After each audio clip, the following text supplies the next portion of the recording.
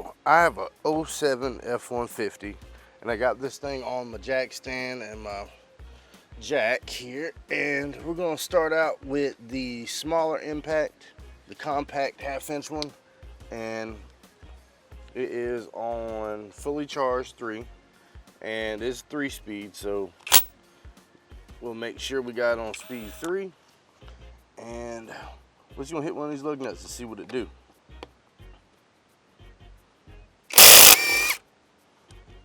Well, that's one. That's 2.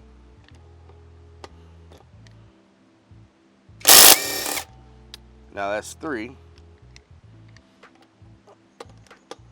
And 4. So, I mean, it took off 4 lug nuts, but I also, I just took these off a couple weeks ago to put these tires on here.